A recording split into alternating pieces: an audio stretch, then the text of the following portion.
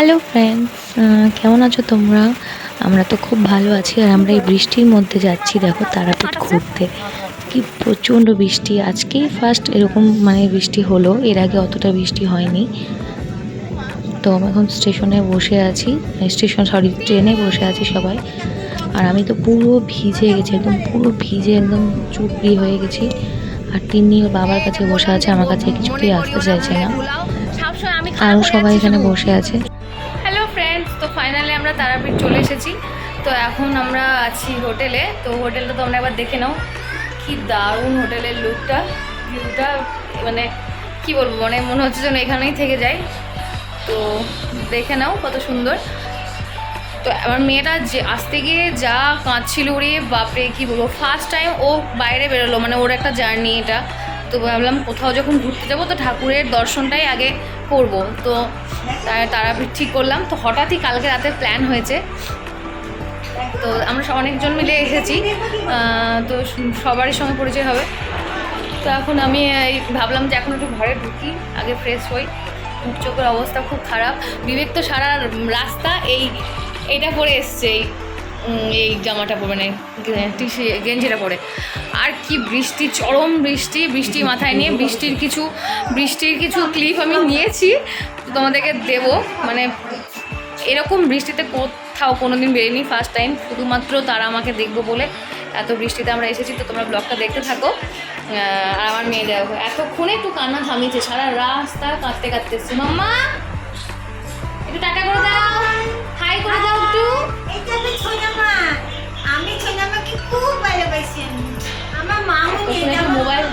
Mobile দিয়ে বসিয়ে রেখেছি, ওই ঘরে সব বৌদিরা আছে। যাব একটু পরে মন্দিরে বেরোবো, এখনও রাস্তায় বৃষ্টি পড়ছে। বৃষ্টিতে ভিজতে যাবো, ঠাকুর দেখতে যখন এসেছে তখন ভিজবো না তো কী করবো। আর এতদিন গরম পড়ে আজকে এতদিনে বৃষ্টি হলো, আর আমি এই ড্রেসটা পরেছি। এখন টাটা, এখন রাখছি, এখন একটু টিফিন করবো, খিদেও পেয়েছে খুব। এখন কটা বাজে গো? এখন 7টা বেজে গেছে, 7:10 বাজে। আমরা এই 3:30-3:50 ট্রেনটা আজিমগঞ্জ থেকে ধরেছিলাম। চলো কাল ভোরবেলায় পুজো দেবো। Tata, by.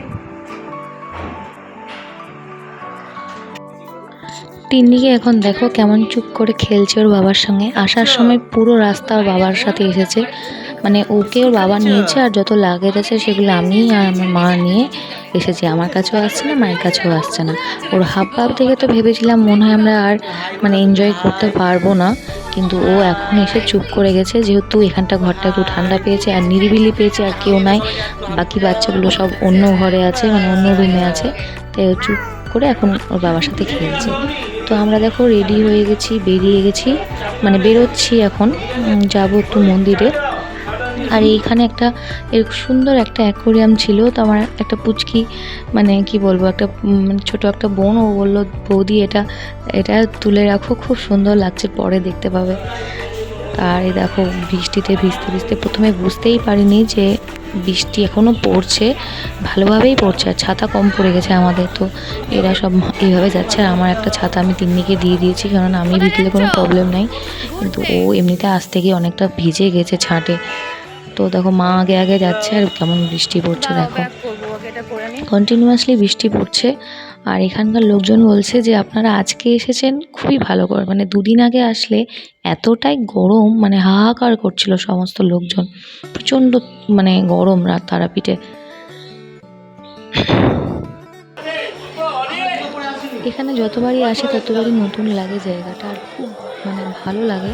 কিন্তু এখন যা অবস্থা দিনকালে, বুঝতে পারছো সব কিছুতেই টাকা লাগছে। তো এখন বৃষ্টির মধ্যে চলে এসেছি, একবার এসেছি দেখে যাই মন্দিরে, ঘরে বসেই বা কী করবো।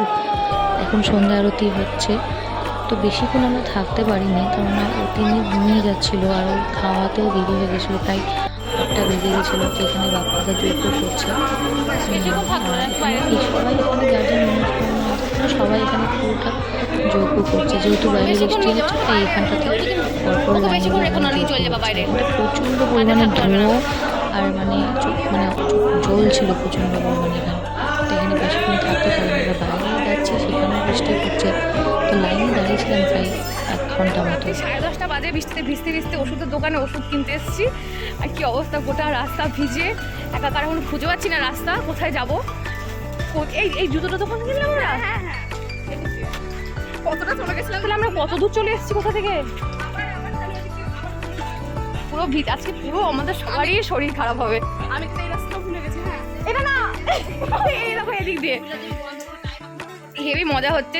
রাত্রি 10:30 কি বাড়িতে ওখানে থাকলে রাত্রি 8টার আগে আর 8টার পরে কোনোদিনই বেরোতে পারি না। ওর বাবার সঙ্গে থাকলে বেরোই, তিন্নির বাবার সঙ্গে। এখানে রাত্রি 10:30 বাজে, বোঝাই যাচ্ছে না আমরা দুটো মেয়ে একা একা বেরিয়ে গেছি।